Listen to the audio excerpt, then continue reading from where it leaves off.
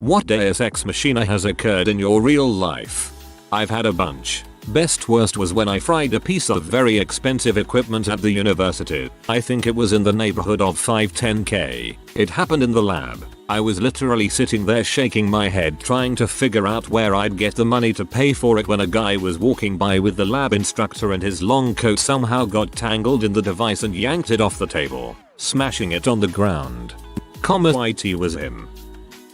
I get little money related ones all the time that tend to cancel each other out. Getting a raise right before a monthly bill goes up is the most common one. One time I had some trouble with my car that set me back about $500 and I was really going to be struggling for the next few months. But then in the mail I got a check for a class action lawsuit I wasn't even aware of for $450. This is my family curse. If you have extra money, then there's a reason, so don't freaking spend it. Trust me. Had a calculus final in college I terrified of. During the test, there was a small fire in the building and we were evacuated for about half of our allotted test time. When we returned, the professor said that we only had to do half the questions. I picked out the ones I was confident with. I passed the final and the course. Some man of action decided starting a fire was better than failing the exam. Good thinking. I guess this counts as my life. I was shotgun in a friend's car and he was speeding. A cop lit up behind us, and we said some bad words in unison. Before we had a chance to pull over, a truck in front of us went off the road into a ditch. It wasn't pretty. The cop broke off to go help and we just kept going, emotionally conflicted. I had a similar one, although less exciting. Got pulled over for speeding. Cop takes my license and registration, spends a few minutes doing cop stuff back at his car, then returns. I got called away to handle an accident. Consider this your verbal warning. Bye. Sent my mom flowers for her December birthday. Entered the wrong house number. Typo, but only found out the night before when the delivery service sent an email that such address does not exist. They would hold the delivery for recipient to pick up. Crap. Messed up her 75th birthday gift. Called her to explain the situation. Turns out she and dad had left town for 2 days on a whim, and it was below freezing.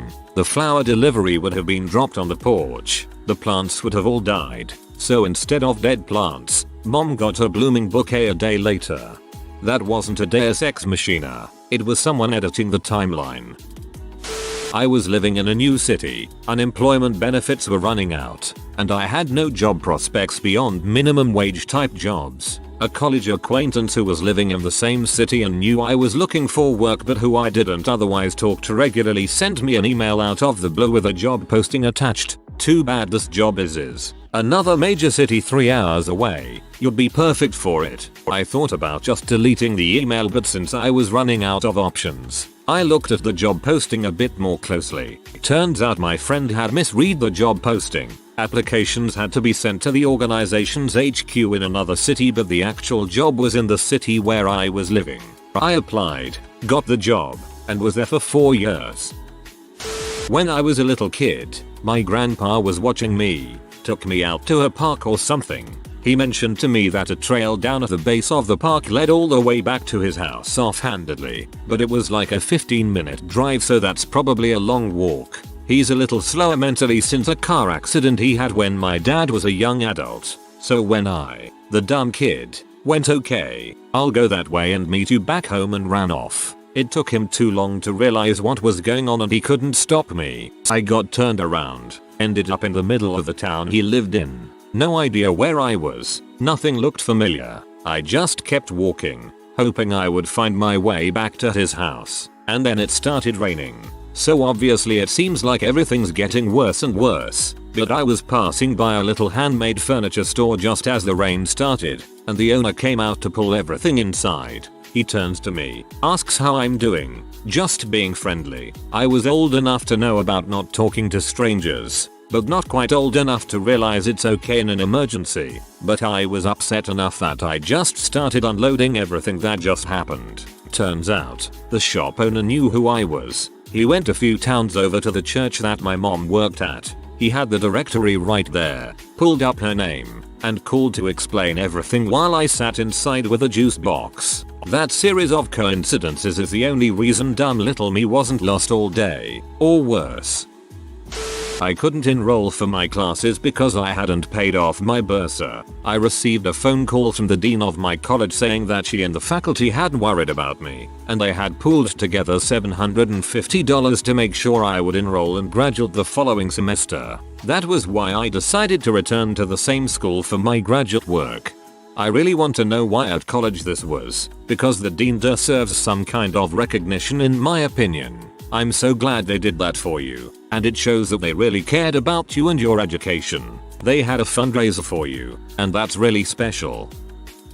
I got pulled over late at night with a car full of my band's equipment. It was rainy and didn't see the cops for about 5 minutes behind me, and I was speeding. I finally pulled over near a four-way stop when I saw them turn on their lights. The police seemed really suspicious for some reason. They asked me if I knew anything about a robbery that had taken place a few hours earlier at a music store. I had a crappy car full of shiny drums and amps. When I showed them my license with a picture about 2 years older, they were like, "This is not you." I had lost weight and changed my hairstyle. I figured I was at least getting a speeding ticket if not worse. Suddenly a Camaro and some other racing type car come through the four-way stop doing about 80. The cops just got in their car and went after them. I was just sitting there in the darkness like, "So, can I go home?" China has this program where they let American kids of Chinese descent tour the country for free, meant to encourage immigration and stop brain drain. It was a wacky disorganized mess, but the kicker was that on the 2 connecting flights we were supposed to take to go home, my little brother and 2 other kids were too young to fly without an adult. The tour guide just dropped us off at the airport and yeeted out of there, and the oldest of us was 16. Us 9 or so kids freaked as most of us are. Didn't know Chinese B. Didn't know anyone in China willing to buy 2 airplane tickets to America to accompany us home. C. Our flight was very soon because the tour bus was stuck in traffic. And D. If we missed the flight, we had no idea where we would stay or do. And by some sheer goddamn miracle that came with asking random people about their flights, we found someone in this dingy local airport that had the same flight to Hong Kong and then to Newark as us. The relief I felt at not being stuck in China with no money and no adults was probably the greatest in my life. Be broke. House in foreclosure. Going through bankruptcy. Unemployment. Dry. Food stamps. No loan or receive. Getting hungry. Going through old backup drives and I find a Bitcoin wallet with 1 Bitcoin. I don't even remember getting a Bitcoin when I was into mining 7 years ago. $14K can certainly keep you a bit over water, but act fast and get a new job quickly. After my ex-husband and I lost our jobs, I started applying to colleges. I was accepted to a technical school for surgical technology, but I had to be put on a wait list for that summer. After some unfortunate events transpired, I forgot about going to college entirely just so I could try to sustain myself after my ex and I broke up. I had to get a full-time job taking calls for a hospital medical record facility and it was horrible. Around last March, I decided I was tired of my crappy job and was at my breaking point, so I called the college to see if I could reapply. The advisor told me that the waiting list was for that coming summer and not the one previous, so I just had to get my financial aid in order and show up in June. I'll be graduating with my technical diploma this August. Congratulations. I'm glad things have worked out so well for you. In the armed forces and lost my uniform foul weather jacket. These things are expensive and have a deployment up and coming. Crap, I have to get one out of pocket. Suddenly in the deployment brief a chief announces that we are now all entitled to a spare set of boots and foul weather jacket. So yeah, spare. I was in college struggling to make ends meet when I got scammed out of $200, which was a fortune for me. I was making $8.50 an hour and it was practically a week's earnings. Out of nowhere one of my co-workers put me in touch with her neighbor who offered me a gig that paid in one day what I lost to the scammer plus what I would have earned had I not taken off my other job to work the gig. One time my girlfriend and I got into a massive argument over the phone while she was away on holiday. She was about 1 hour away on a train, and I felt really bad for about 3 days afterward since I wanted to make it up to her face too.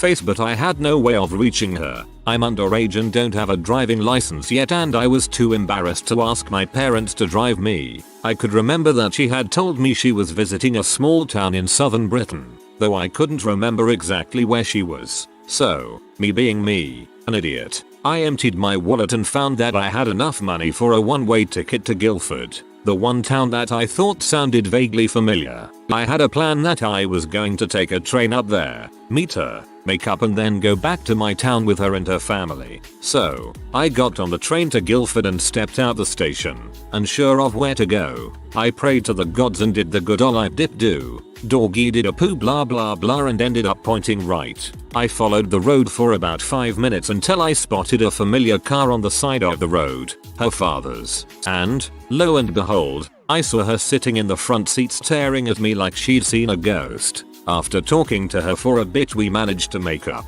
but that's when she mentioned something that threw me off the hook. Apparently, she and her father were actually visiting Guildford for a brief shopping trip and were actually staying in another town about 1 hour away. What's even more coincidental was the fact that as I found the car, she and her dad were actually just about to leave and were only still there since her dad was going to the bathroom. After her dad came back, I told him what had happened, and we all ended up in complete shock at the utter coincidence that had transpired. In the end, he gave me enough money for a train ticket back and gave me a clip on the ear, metaphorically of course, while telling me how stupid and lucky I had been. My girlfriend and I have split up since, but it has become somewhat of an inside joke as to how stupidly lucky I was.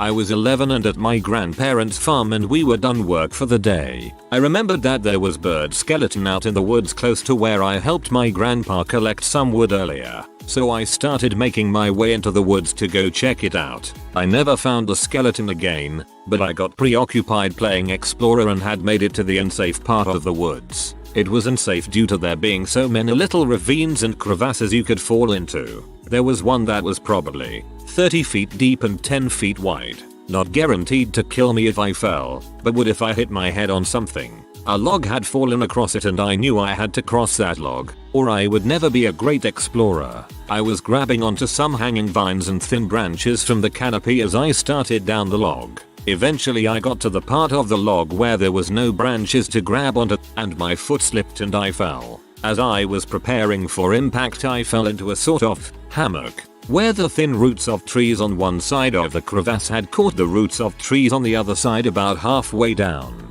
I said my prayers extra hard that night. Oh, and now I'm having Bridge to Terabithia flashbacks, so thanks for that. Not me, but my friend. He went abroad to work. His boss didn't pay him and he hadn't had any money since he invested in that work. Out of the blue, his friend says that he has some cash and will try his luck, which a scratch ticket. You scratch and hope to get money immediately, unlike the lottery, and buys one for my friend also. So both of them try their luck and my friend pulls $300, just enough to get him back to the country. He said that his life was saved that day. On one icy Minnesota day, I slid through an intersection because black ice. Like a Detroit ballet, other cars slid through near me after seeing my error. A little too close for comfort, but no one collided. It was magical, and after we all stopped, we all made our way to work that frosty morning. There's nothing quite like spinning round and round in the middle of a 4-lane highway, coming to rest facing the wrong way with an oncoming semi, only to gracefully fishtail your way around and start on again in the right direction in the nick of time. I don't like the freeway anymore. Source: MN driver for over 2 decades. This one is like fourfold. Hold on to your butts. So I was in a bad way with my business freelancing and desperately needed a regular job to get me through. My skills are pretty niche. I'm a video producer editor with a specialty in equine content. So I started off applying to a bunch of jobs near where I live as a producer editor. No luck. Then I see a listing for an awesome job 4 states away where they need a producer editor with an equine specialty. Boom, that's me. I land the job and move to the new state. It's the highest salary I've had in my life. 22 years old, making really good money. It ended up not being a good fit. Some of the staff didn't like that I was so young. So I was let go. Went into serious depressive spiral. Never left my apartment for weeks. Living in a city 8 hours from home with no friends and no network to help me out. Another local equine agency called me up and offered me a job on the spot. Not as good pay, but still really solid. I liked the job, but I wanted to move back to my home state to be with my GF. We were doing long distance while I was working the new job, so I try to start putting away money for moving back when I get a call from my home city to produce their tourism video campaign for 2018. I'm over the moon. I pitch the project and land it. Tell the agency I was working for that I want to move back. They offer me the opportunity to work for them on a consistent freelance basis. It's been a wild ride these past 6 months, but it was worth it. Hold on to your butts. It's so cold in my house I was actually sitting on my hands, palms up, while reading this. So this is my Deus Ex Machina. About 15 years ago, there was a really popular bot for RuneScape called RuneBot that could repeat basic actions. It's against the rules to use bots, but many people don't really care. I was tempted to try out the bot myself but decided against it after hearing it was lagging badly. The next day, Jagex, the company that made the game, wiped the accounts of around 2,000 players who were caught using RuneBot within the last 24 hours. Had I given in to the temptation, my account would have been wiped. I have a RuneScape Deus Ex story too. I was killing green dragons. First time ever. K comes along and starts shooting me with his mage short bow. I'm about to die when the dragon walks up to him and hits him with a dragon breath attack, dropping him dead in one shot and leaving all of his loot for me to take. Well, it wasn't to me personally, but it did happen to my family. My great grandmother passed away during childbirth back in Italy about 60 years ago. When they went to bury her, someone had stolen her wedding ring. My great grandfather was despondent over that, but what could be done? They moved to Canada a year or so after that. Fast forward 50 years and my mom and aunt were in a consignment shop and noticed a ring. A ring that looked just like the one my great grandfather told them about. A ring with the exact same inscription on the inside, with the exact same maker's marks, with the exact same fairly rare names and the exact same spelling mistake. What are the odds? I'll never tell me the odds. 2. 1. Our car broke down, and just as we were trying to figure out what to do, our cousins drove past and helped us get the car to the dealer and gave us a ride home. 2. The other day, my sister and I were walking home from the grocery store, cause in the shop, in the dusk, and a creepy guy started to slowly follow us. We walked faster and faster until we were almost running. Suddenly a car honked and we looked up and our godparents had just pulled into the parking lot and called us by name. The guy had disappeared, but they immediately told us to get in the car and they gave us a ride home. Talk about the cavalry arriving at the right time. Back in college, about 10 years ago, I took a trip to Tennessee for a fraternity conference. I had been drinking a bit with some friends when we decided that we wanted to save a little money and drink in our hotel. That meant that one of us had to walk to a liquor store to buy beer. We ended up playing rock, paper, scissors and I lost. So I walked the 4 blocks through a somewhat sketchy neighborhood. On my way there, a homeless man started to talk to me and walk alongside me. He told me that he knew the way to the liquor store, and honestly he seemed harmless enough that I just let him tag along with me, and I decided I wanted someone to talk to anyway. We got to the liquor store and he said, "Sir, if you buy me something, I'll be your best friend." I was a little buzzed, so I told him to pick out whatever he wanted. He walked over to the fridge and grabbed a tall boy of Miller High Life. I asked him if he wanted anything else and he said, "No, sir, this is all I want. Thank you. God bless you." I bought it for him, got myself 2 cases of beer and we walked out together, him following me. I turned around once I got outside and the dude just disappeared, like ninja vanish. It was a little unnerving, like he was a god of ancient myth or an angel just turning into mist. Not to be deterred, and still pretty drunk, I started to walk back to the hotel. I turned down a street that looked pretty deserted.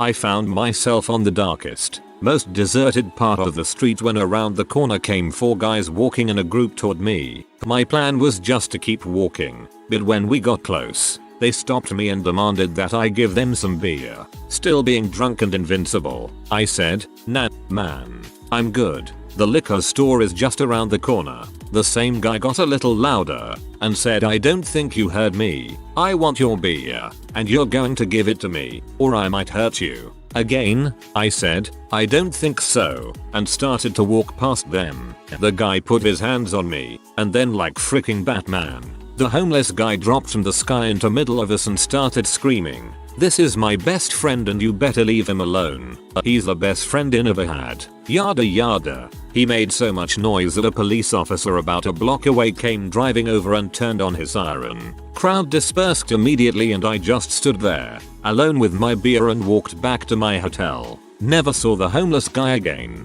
To this day, I'm still not sure he was real. Maybe he's still out there, in the shadows, a silent guardian, watching over you, a dark hobo. Got popped for speeding. Truck at the time didn't have a working dashboard so I didn't even know. Was just going to take somebody to work. Total drive time like 8 minutes. Anyway, pick up my passenger and start out. Get stopped doing like 40 something in a 30. Cop asks for insurance. Didn't have any on the truck yet as I had just inherited it. Anyway, got insurance next day on it. Set up a meeting to talk with the state's attorney or whatever and they basically told me they'd toss the insurance charge and I'd plead guilty to the speeding. So court day I get called up and the judge says I'm being charged for speeding and no insurance. State's attorney is right there so I'm like excuse me, so she pulls me aside and apparently just forget we'd had this discussion. Says to go and get my insurance card and come back. I do. I head up again and the judge repeats himself. Attorney lady says the state would like to drop all charges and just sat there. The judge even says okay, well I can understand the insurance charge but why the speeding charge? Attorney says nothing. Judge says okay and I didn't get charged anything. Sounds like the cop didn't show for the trial. I think they have to drop all charges. The state's attorney may have been stalling for the cop to show, but he never did. Was on my way to work one day during the winter a few years ago. It had just snowed. I didn't have my snow tires on, and I was running a little late. Went around a particularly tight corner too fast, lose control and end up in a snowbank. Tried to back out myself. Didn't work. Within a couple of minutes an old friend of mine from high school is coming down the road in a pickup truck. He had been plowing the streets around where I spun out. He pulls me out. I thanked him and go on my merry way. Best part, I got to work on time. Not with me but with my cousin. He was backpacking in Argentina, and his poor money management skills left him without money to go back to Brazil. He also didn't have a bank account and his phone was broke. When I finally did make contact with him, he told me he don't need the money I would send to him via Western Union cause some strange girl saw him into a museum and gave him $200 out of nowhere. Or, he earned $200 giving handies to tourists in the men's room of the museum for $5 a toss.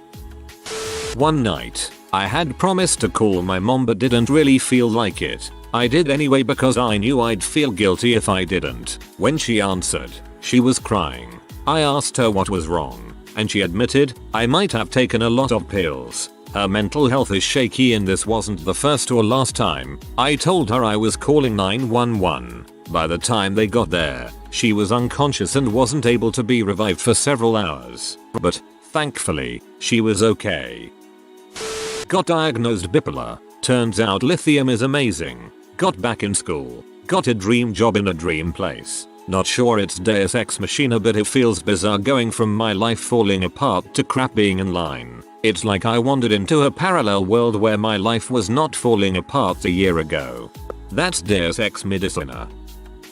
Working at a movie theater I get free tickets, even to other theaters as long as they are part of the same chain. However, I wanted to see a special one-day event showing of the UK Watch movie so I bought tickets for myself and a friend. The day before we get a bad storm that is predicted to last through the entire weekend. Neither friend nor I want to drive through it, so we stay home and I cancel my tickets. The next morning I see the weather is fine. I try to buy tickets online but can't get the website to load. I try to call the theater I work at and ask them to call to have tickets reserved for me, but my call wouldn't go through. I start driving the 45 minutes to this other theater, and not even 15 minutes into the drive it starts raining almost so hard my windshield wipers can't keep up. I get to the theater, park and while waiting in line find out the showing is sold out. I ask them if they would be opening up a second auditorium so they can sell more tickets. usually has to be arranged ahead of time, but exceptions do happen. But this was not the case. Bummed, I start walking back to my car in the rain, accepting that I'm driving back home white knuckling the entire way. As I get to my car, a 20-something guy called out to me, "Dude, hey dude. Going to see Yokai Watch?" Me. I was planning on it, but they are sold out. I hope you have your ticket. Dude, I do. I actually have a second one and don't want to wait in line to get it refunded. Do you still want to see it? So I got to go see Yokai Watch for free. And it gets better. I collect ticket stubs. Haven't missed one in at least 8 years now. But the guy who had these tickets had them on his phone. We could have gone back in line and had them printed out, but as this guy was already doing me a huge favor, I didn't want to ask for him to wait to get seated. As we sit down and get comfy, he says, "Dude, oh, just a heads up. A friend of mine will be joining us." His friend comes by a minute later and puts a ticket stub in her purse. At the end of the movie, the three of us chat and I mention that I collect movie ticket stubs. I asked for the movie ticket stub and she gave it to me, as she was going to just throw it away after the show anyway. I feel like the unaddressed question is, why was everyone so excited to see Yokai Watch? If you are new to the channel, you can subscribe. I publish new videos every day. Until then, check another video.